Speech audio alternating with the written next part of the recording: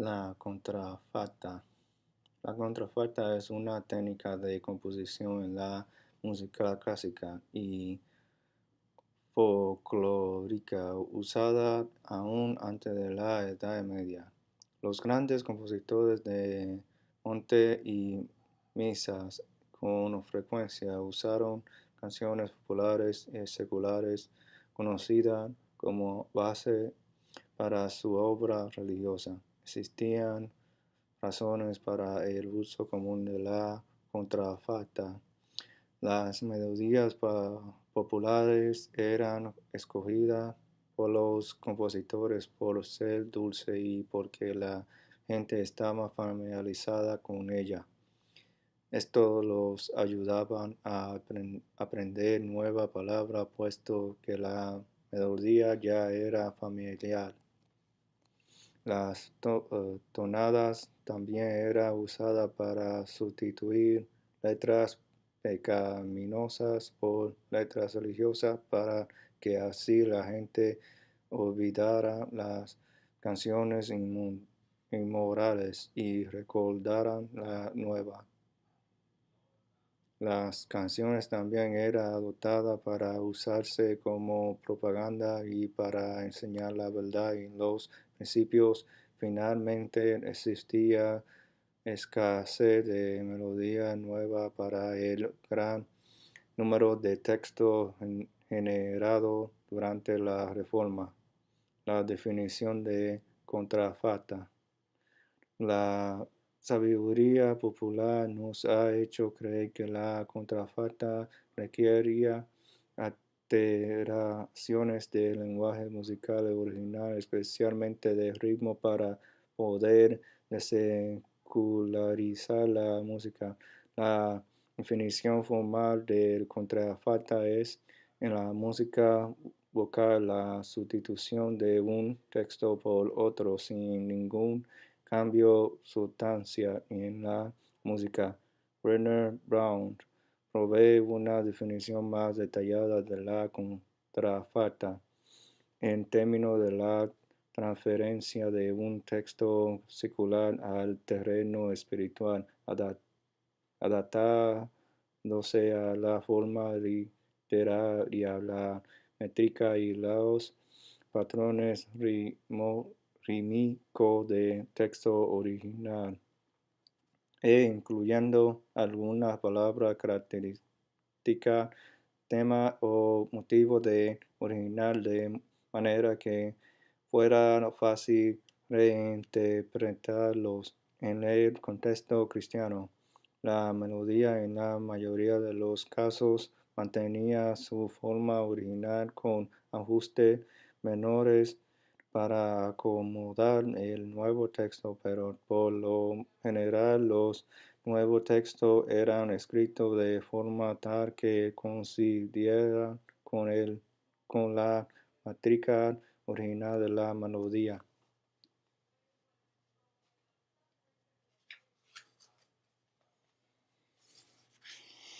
El ritmo en los corales de Lutero. Lutero disfrutaba cada aspecto de la vida y su alegría. Por esta razón, las melodías de Lutero, tanto las originales como las prestadas, se caracterizaban por su ritmo vivo y la síncopa.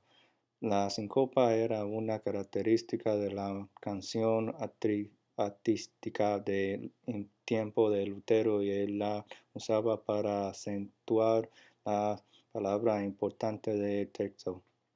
A veces Lutero evitó el uso de síncopa no para evitar las asociaciones seculares, sino para asegurarse que se cantaran con más facilidad, porque es más difícil cantar canciones con ritmo complejo. Otra práctica favorecida por Lutero era el uso de la forma musical llamada par.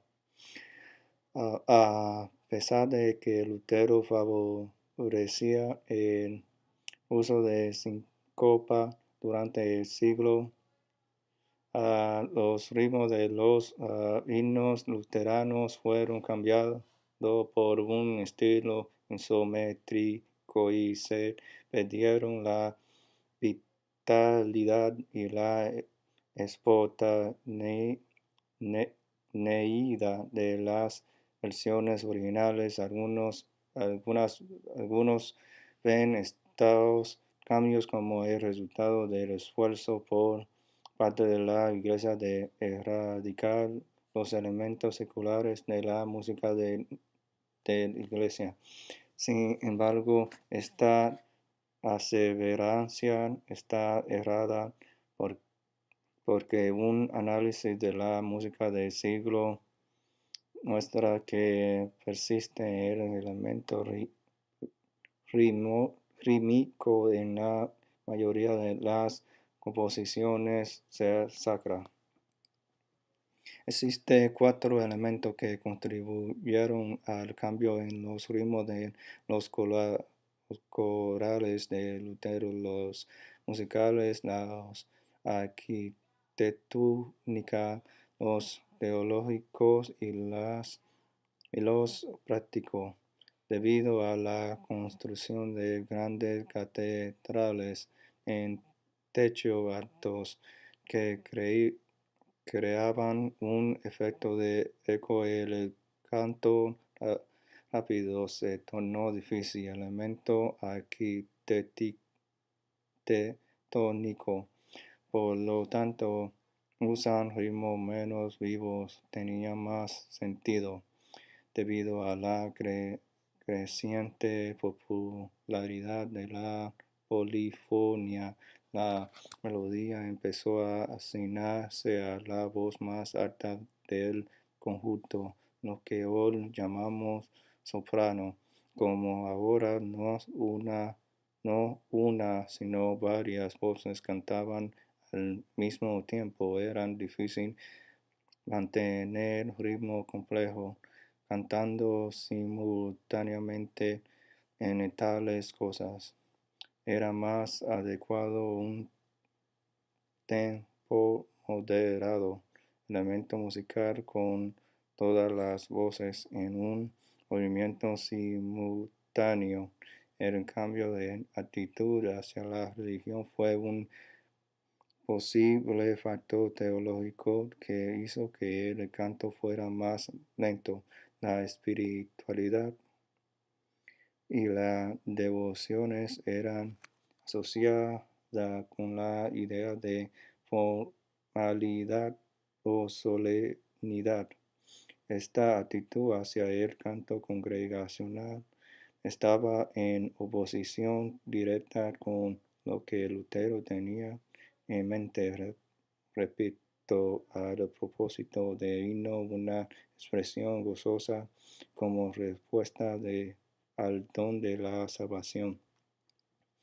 Esto demuestra cómo las consideraciones teológicas pueden afectar la comprensión y ejecución de la música en la iglesia. En cuanto al elemento práctico, a causa de que la gran mayoría de feligreses no sabían leer y los binarios eran escasos, la gente dependía de su memoria para poder cantar.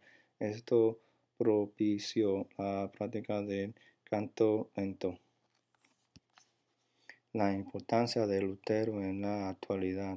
Al analizar las contribuciones de Lutero en la música, podemos aprender que, primero, la palabra de Dios debe ser escuchada y proclamada. El propósito de la música es proclamar la palabra de Dios de manera clara y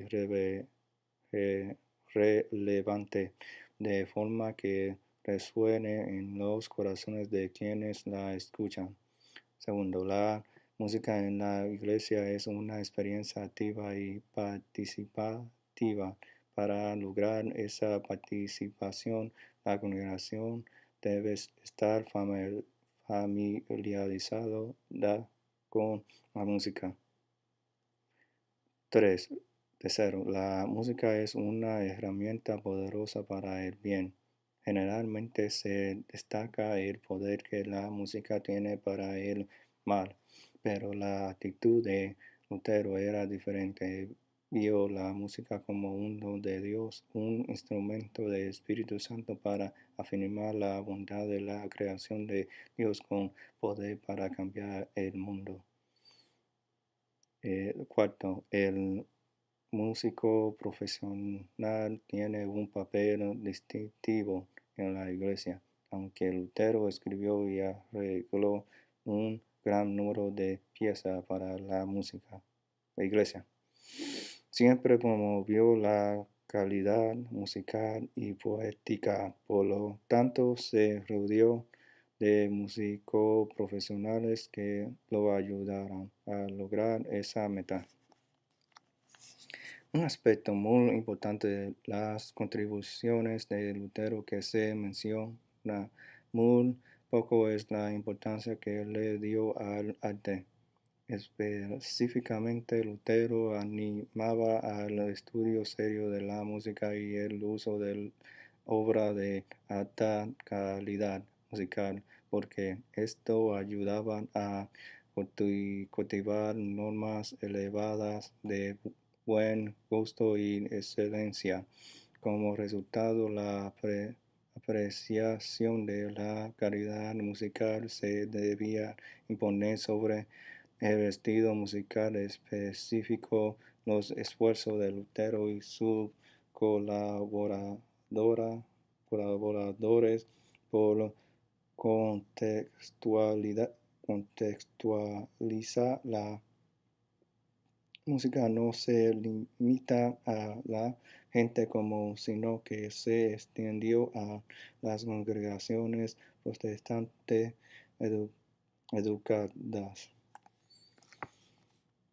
Para él, los dos géneros eran necesarios y complementarios. Las canciones folclóricas sacras de alta calidad y la música con valor artístico. De esa forma Lutero pudo mantener excelencia en ambos géneros sin sacrificar la espontaneidad de la gente. Calvino y la música. Juan Calvino, otra figura importante de la Reforma, consideraba que la iglesia no era de este mundo. Calvino desconfiaba de la sociedad y esa desconfianza lo llevó a desarrollar su teología de los selectos, tomando un enfoque riguroso y disciplinado en asuntos religiosos. Calvino no era un músico, pero consideraba que el papel de la música en la iglesia era promover la piedad y la adoración. Su enfoque disciplinado y su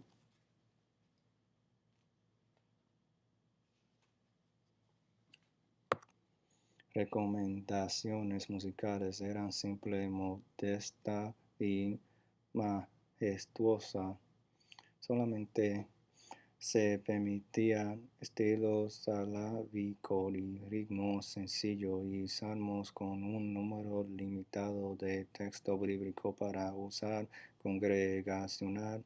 Según Calvino, la música instrumental no debía ser usada en gratitud pública. Para demostrar su oposición al uso de instrumentos en la adoración, Calvino pidió que todos los órganos de la iglesia de Ginebra fueran destruidos y arrojados al lago de Ginebra. Las versiones métricas de los nuevos salmos eran simples, aunque poseían cierta belleza lírica. Los salmos eran menos flexibles que los salmos tradicionales y llegaron a parecerse más al himno. Los elementos de gozo y celebración por la salvación que encontramos en la música de Lutero están ausentes en la música calvinista al comparar los himnos que están reformadores nos dejaron como legado. Podemos ver que se cumple el principio de que la música sirve como portadora de la teología. Aunque ambos creían en el valor de la música, su diferencia era clara. Lutero afirmaba el papel de la Iglesia dentro del mundo, mientras que Calvino predicaba la desconfianza ante el mundo y la separación de él. Para Lutero, la vida debía ser celebrada con alegría. Calvino percibía la vida desde una perspectiva austera y disciplinada. Lutero adoptó lo viejo y lo nuevo, mientras que Calvino prefirió lo viejo. Para Lutero, la música debía ser apropiada y pertinente. Calvino enfatizó lo apropiado. Como adventistas del séptimo día nos consideramos herederos de la Reforma. La pregunta natural sería de qué parte nos encontramos en cuestiones de música. El mensaje bíblico nos llama a una avivalicia, a compartir el mensaje con el mundo, pero no ser del mundo. Esto es difícil porque al tratar de encontrar el equilibrio entre estar en el mundo para transformarlo y a la vez vivir separado de él, somos confrontados por la tensión vertical y horizontal. Encontrar el equilibrio requiere discernimiento, sabiduría, amor, tolerancia y gracia. Si queremos ser fieles a nuestra teoría, tenemos que hacerlo con la música que empleamos en la iglesia. Nuestra música vocal e instrumental habla a la gente de nuestra teoría, aunque no nos damos cuenta de ello. Es hora de modelar nuestra música intencionalmente para que comunique lo que creemos de forma clara y precisa. El Concilio de Trento.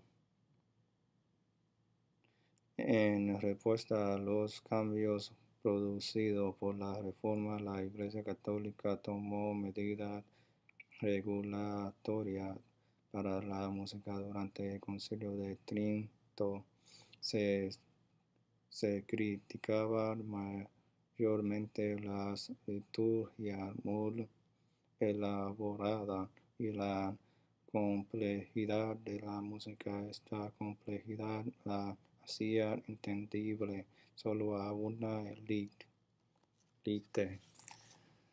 selecta. El uso de melodías seculares, la contrafalta fue también otro tema analizado por el concilio.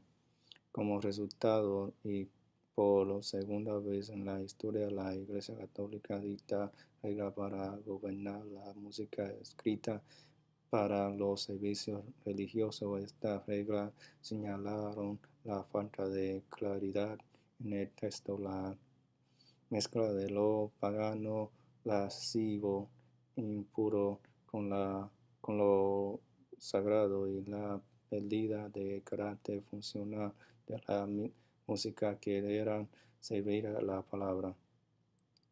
Que nada pagano sea mezclado, sino solamente digno de alabanza divina. El propósito del canto debería estar centrado no en tal placer al oído, sino que las palabras puedan entenderse claramente por todo y así los corazones de los creyentes serán animados a desear las armonías celestiales y la contemplación del gozo de los bendecidos. Como resultado, los compositores continuaron usando modelos seculares para su misa, pero ahora sin revelar la identidad original de la música. Los herederos de la Reforma durante los 4 siglos posteriores a la Reforma, los músicos continuaron componiendo himnos en base a modelos populares seculares con un nuevo texto. El centro del movimiento de la Reforma emigró de Alemania y Suiza a Inglaterra. Tanto la Iglesia de Inglaterra como la Iglesia protestante practicaba el canto de los salmos inspirado por el Salterio de Ginebra.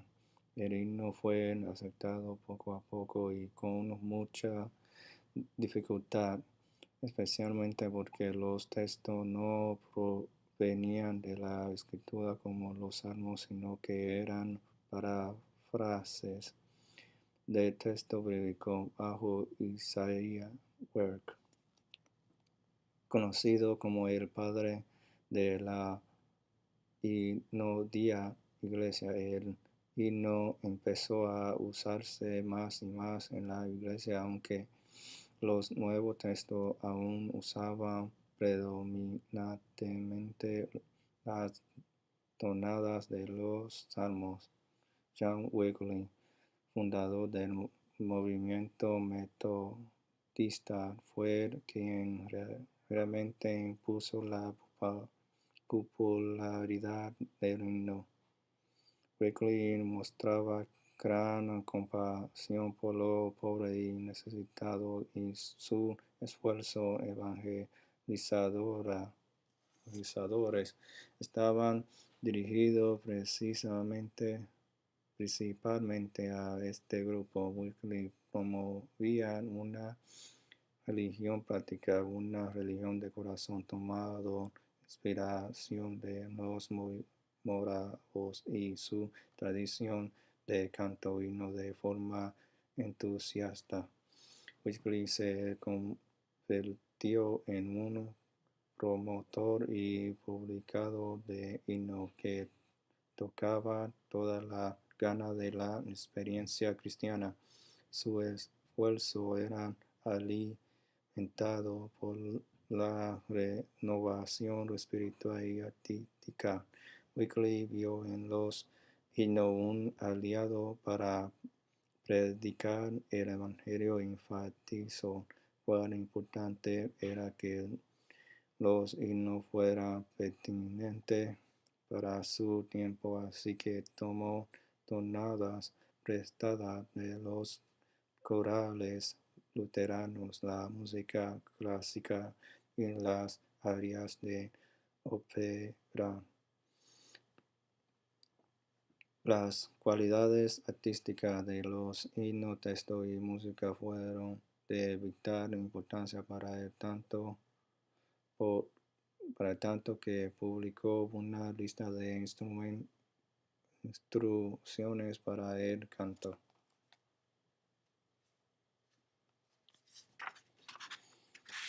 Un siglo después, el general William Booth,